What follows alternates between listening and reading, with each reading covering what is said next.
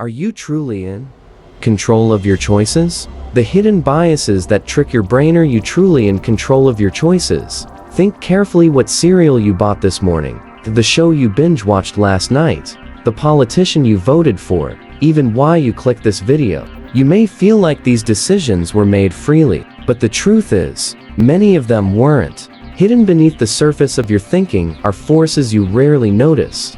Biases, emotions, and subtle social pressures. They nudge you, guide you, and sometimes completely hijack your decisions. Over the next few minutes, we'll take a journey through the psychology of decision-making, the two thinking systems running your brain, the sneaky biases that distort judgment, how emotions secretly hijack logic, why social pressure is far more powerful than you think, the paradox of choice, how more leads to less happiness, and finally, how to take back control with practical, science-backed tools. By the end, you'll never look at your decision-making process the same way again. So grab a notebook, lean in, and let's begin.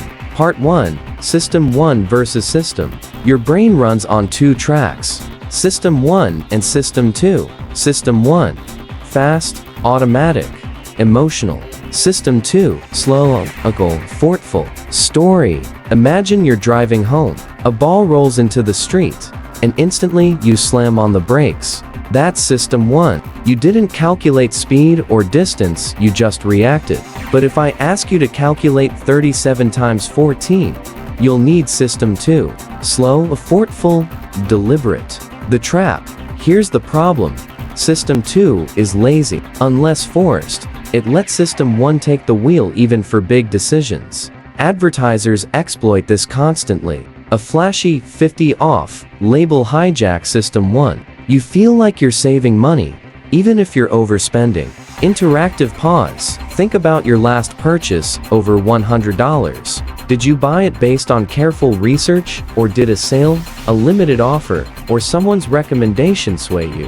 Which System 1? The trick isn't to kill System 1. It keeps you alive. But you must know when to wake up. System 2. Part 2. Cognitive biases. Now let's meet the invisible saboteurs of clear thinking.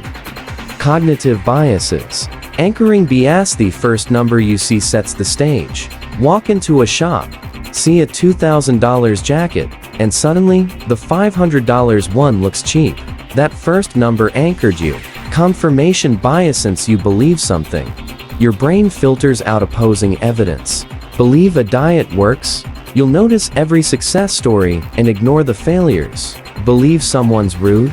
You'll remember every sharp comment, not their kind ones. Halo effect. Tone positive trait paints the whole picture. If someone is attractive, we assume they're also smart, capable, even moral. More biases. Loss aversion. Losing $100 feels worse than winning $100 feels good. Availability heuristic. We judge risk by what's memorable, not what's accurate. Plane crashes terrify us more than car accidents, though cars kill far more. Status quo bias. We prefer how things are over change, even when change is better. Real-world case study. In 1986, the Space Shuttle Challenger disaster was partly fueled by confirmation bias. Engineers who warned about faulty O-rings were dismissed because decision-makers only focused on evidence confirming launch readiness. Biases are not minor quirks. They shape history. Part 3.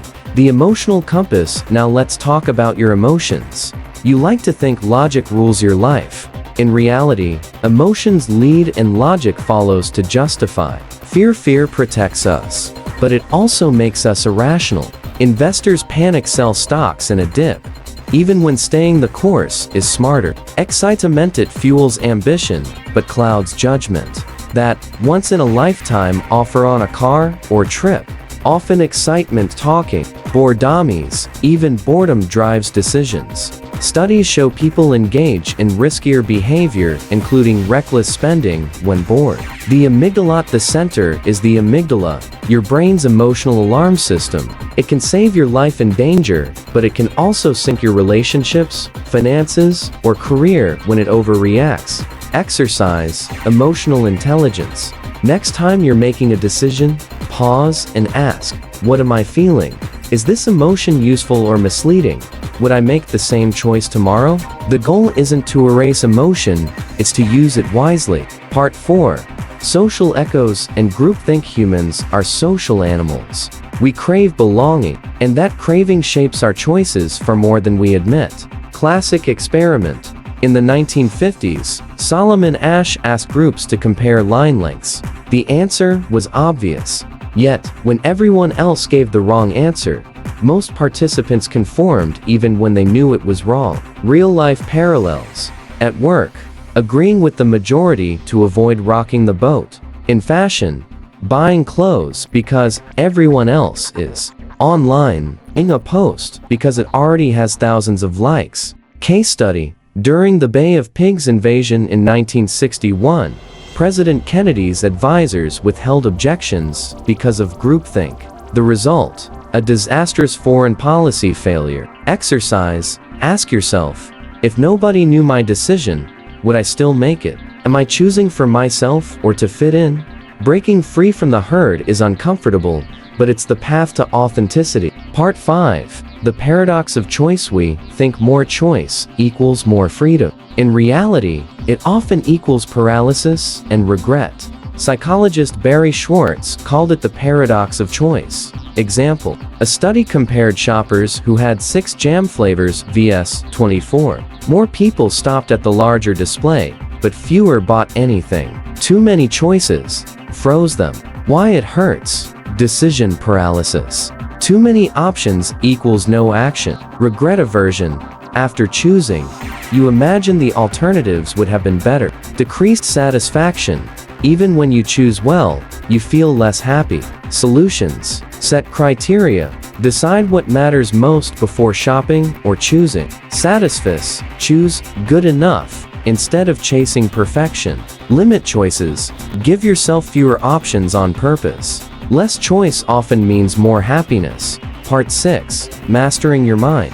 Now that we've exposed the traps, how do you take back control? Step 1. Awareness. Catch yourself in autopilot. Label the bias. Name the emotion. Notice the pressure. Step 2. Tool. Pre-mortems. Imagine your decision failed. Why? This prepares you. Decision journals. Track choices and revisit them. Patterns emerge. 5-second rule. Stop overthinking. Count backward from 5, then act. Step 3. Simplify. Don't drown in options. Focus on principles, not perfection. Step 4.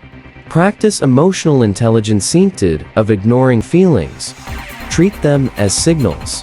Fear may mean prepare more. Excitement may mean seize the opportunity.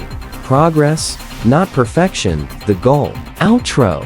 So are you truly in control of your choices?